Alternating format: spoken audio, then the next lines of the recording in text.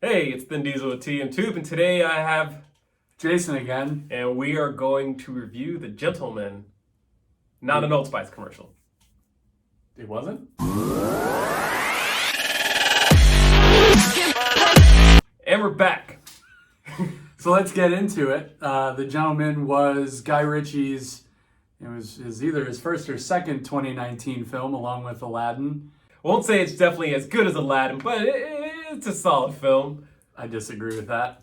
It is what it is. Getting into the film, it's classic Guy Ritchie, where the story takes a little bit of time to develop and is told through the lens of a director directing a Guy Ritchie movie? Slash writer. Sure. And then things happen. There's guns and blood and... Oh, I got it. So yeah, the director-writer guy actually is narrating a real life and movie life story about a weed dealer who's trying to get out of the business. Played by the one and only Matthew McConaughey. And I'll tell you what, the thing I like about Matthew McConaughey in this film is he's just like Matthew McConaughey in every film Matthew McConaughey has ever been in. Oh, I thought you were going to say everybody else gets older and he somehow stays the same age. No, his face looks like leather. Dried old leather. Guess that's what happens when you're in the sun all the time. And you drive Lincolns. It's true.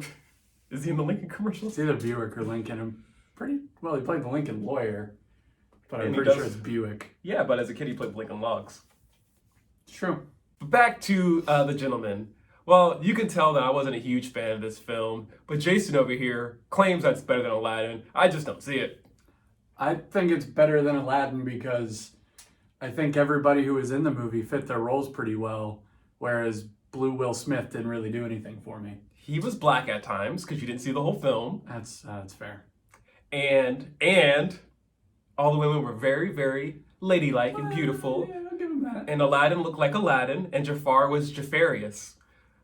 But we're talking about The Gentleman today. Yes, we and despite my not as much like for this film, it does have a lot of good qualities. It was classic Guy Ritchie, shoot 'em up, beat 'em up, bumbling British idiots at sometimes, but yeah, it had its good parts. It had quirky dialogue and stuff you couldn't understand unless you're English or even more so Cockney. But, if you watch it about 4 or 5 times, you'll eventually learn to love it, like all of Guy Ritchie's films. I'm also fairly certain that Colin Farrell's glasses have made an appearance in every Guy Ritchie film up to this point. Oh, that beard was also something special. It was nice. But while watching this film, what's one thing you would tell people to take note?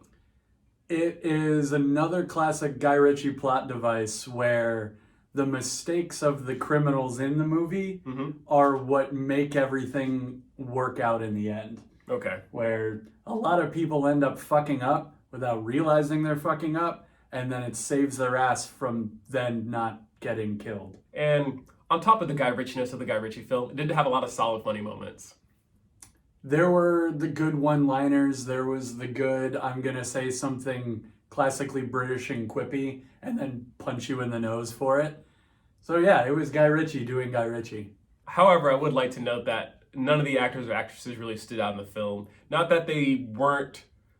not that they were terrible, but none of them really, really stood out. I agree with that. They all played their role perfectly, but just not in a standoutish type way. No, it reminded me a lot of Snatch, where there were a lot of handsome people doing handsome things. It's true. And that's definitely the case with this movie, because everybody is very suave in this movie except for, I guess, Big Dave.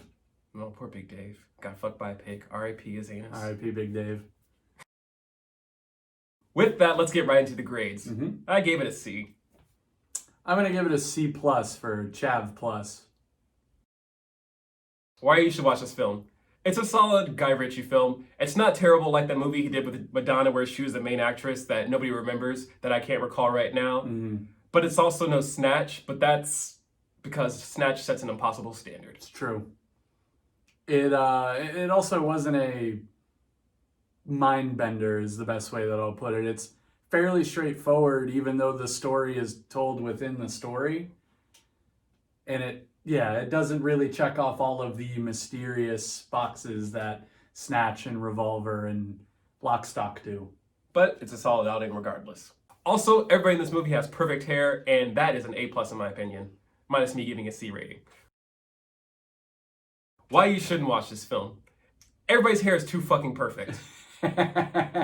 I was going to say, if you don't sit and actually pay attention to it, which can be the case for most Guy Ritchie movies, probably outside of Aladdin, you probably won't be able to stick into it so well. And going back to Guy Ritchie's older films, it's definitely not on par with the best of his films. No. And again, not one of his worst films. Which is something to say because this cast is stacked. Crazy Rich Asians stacked. Crazy Rich Asians stacked and just all around. And we're going to circle back to it. Cast is very handsome. Films we would recommend watching after this one. I'm going to go with Layer Cake as well as Aladdin. Just kidding. Probably Revolver, another Guy Ritchie film. I mean, it's hard to say anything other than another Guy Ritchie film.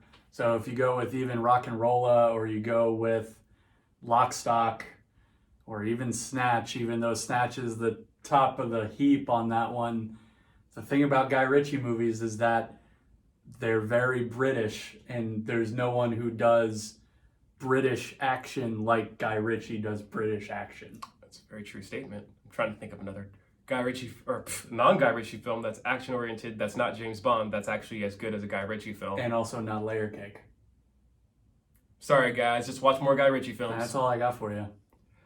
That's all we got for today. And God the Dubin Devs at the bird dish this nervous. I can't do a Welsh accent, won't attempt to. I can't cockney my cockneys. Until next time.